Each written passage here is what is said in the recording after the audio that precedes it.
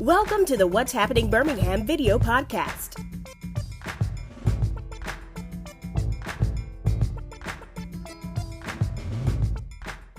This podcast is brought to you by the Birmingham Shuttlesworth International Airport.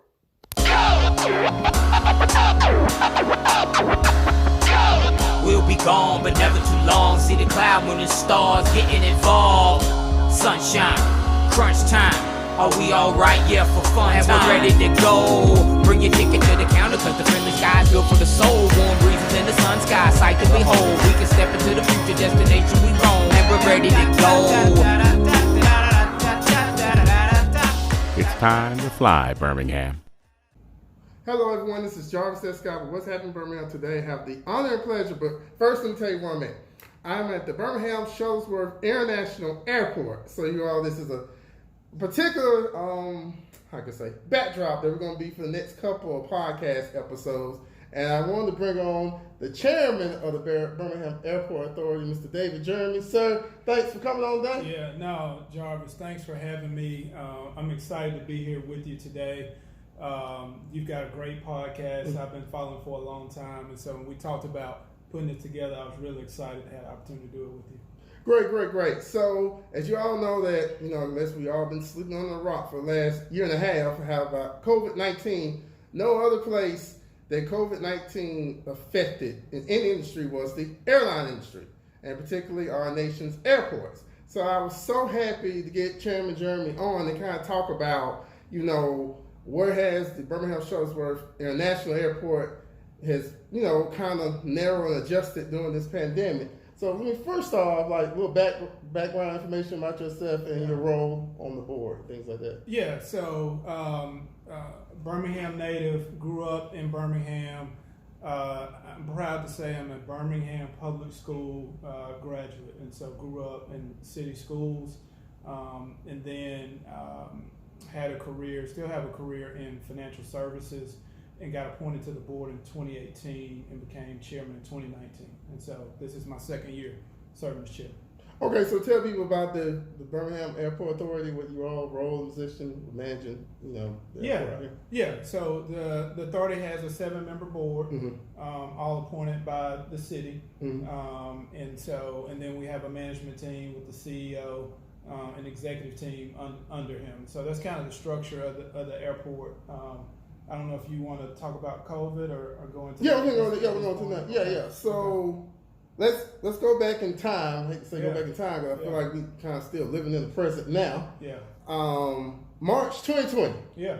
The world changed. I don't know what date, because I don't want to change what date, but it was a date back in March. Yeah. How did it affect you all specifically here? And let's just kind of go and bring people now.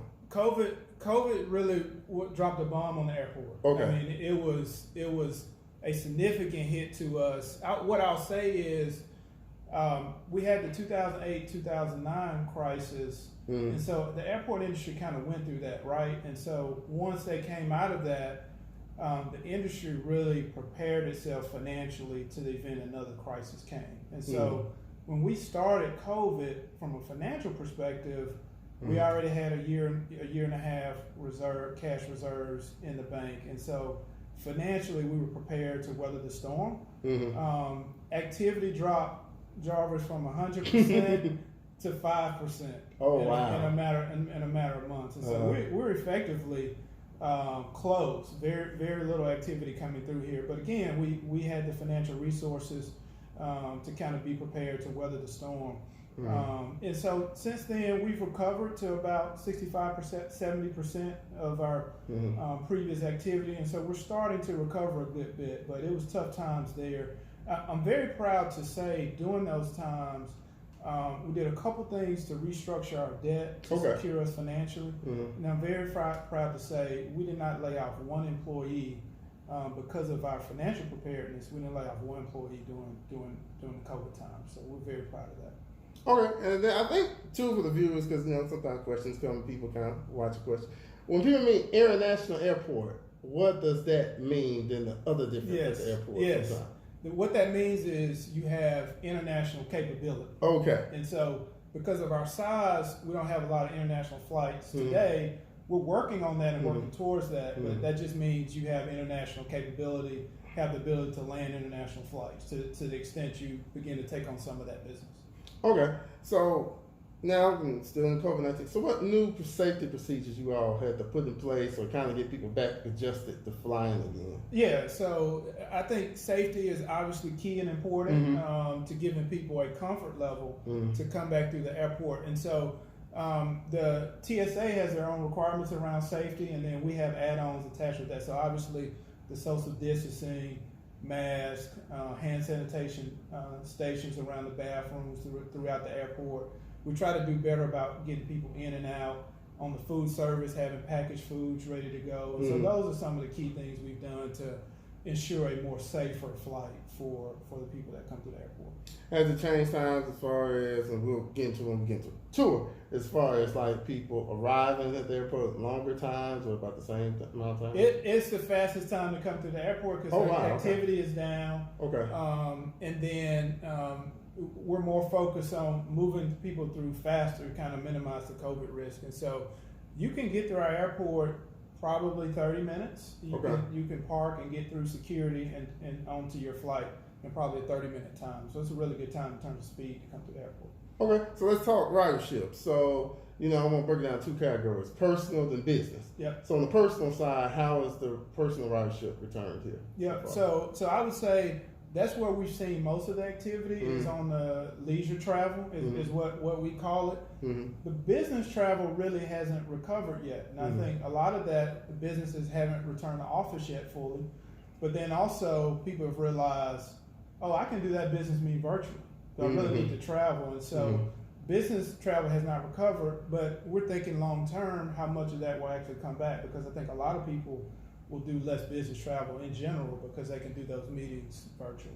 Okay, so let's talk about, because I'm actually catching them on a good day, because the board meeting.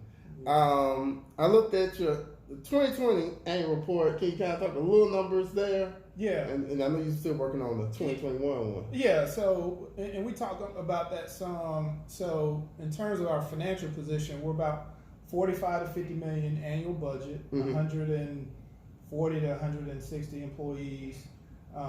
We ended the year, so 2020 was a down year. We typically can cash flow at about 50% activity. And so 2020 was a down year because of COVID, but again, we had those cash reserves there to support us financially. I will say as well, when we restructured the debt in 2020, we put this airport on the path to be completely debt-free in 10 years. Okay. And so we're on a mission and a vision to have one of the few debt-free airports in the country. Wow, that's really good. And you all will see when we do the tours, like they're constantly renovating around here. Always putting up new things, because like we came by the airport lately, they always got one terminal redeveloped and different things. One thing I want to ask you about is, what preparations are you all making for the upcoming World Games coming up next year around this time? Great question. At our board meeting in June, we approved a significant amount of upgrades in preparation for the World Games. That's a hot topic. Our CEO is serving on the World Games committee, and so you're going to see a refresh on signage. You're going to see a refresh on bathrooms. We're redoing some of the paving around the airport, pressure washing in the deck, painting, striping. And so you'll see a lot of kind of cosmetic upgrades in preparation for the World Games coming. Okay, and one thing I know people always, if you watch this podcast right now, is a lot of nonstop flights coming back to the airport? I think we're, so at the bottom of it, we lost the majority of our nonstop flights. I think we've almost fully recovered to back where we were pre-pandemic. And so you may not have 3 flights a day to New York. You may have 1 or 2 at this point, but the destinations are back, and then the volume under those continue to recover. Okay, so what will be your remaining goals as a board for the rest of the year? Yeah, so I know you're getting ready for the World Games, but just kind of in the 3rd and the 4th up. Yeah, no, great question. Obviously, World Games continues to be the top priority around here in preparation for that, to make sure our city and our airport looks first class. As well, today we approved redoing our food vendor contract, and so that's continuing to recover under COVID. We'll add new food options as we go forward. We're redoing some of the branding of some of the food vendors in the airport. So some of the existing brands that you see that will change as we go forward throughout the remainder of the year. Yeah, I always love to see get Chick-fil-A, get hot Chick-fil-A as soon as you come in here, no matter what time in the morning, around about 5 or 6 in the morning, and things like that.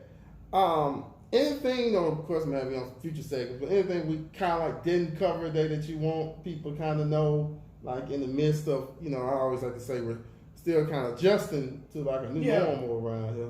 Yeah, I would say one of the other hot topics that came with the pandemic was diversity.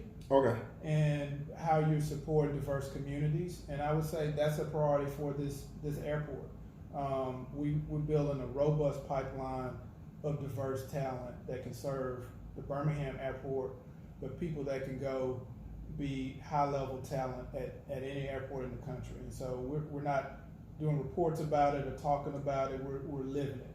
And then on contracting with minorities, that continues to be a major priority. Birmingham is a diverse city, and as we do business, it needs to look like that diversity. And so that continues to be a top priority for this board. Okay, so where can they go, whether it's to find more information about the Airport Authority, but just to fly? Yeah, no, absolutely. Check our Fly Birmingham website out. Matter of fact, we're in the process of redoing our website, and so you'll see that change as well in the coming months. Okay, so David, thank you for coming on. Like I told you, he's going to be on for a lot of future segments.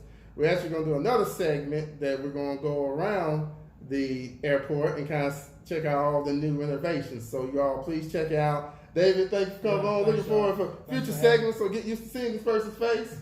I might let him host a podcast so I can go on vacation, so I can fly out. So I can do a vacation. Yeah, so I can fly out. So he'll be here. So thank you all for watching this video. Please check out What's Happening in Birmingham for more videos, and don't forget to subscribe to my YouTube channel. Thank you all again, and have a great day. Bye bye. Thank you for watching the What's Happening Birmingham video podcast. Please check out our website, app, or subscribe to our YouTube channel for the latest videos today.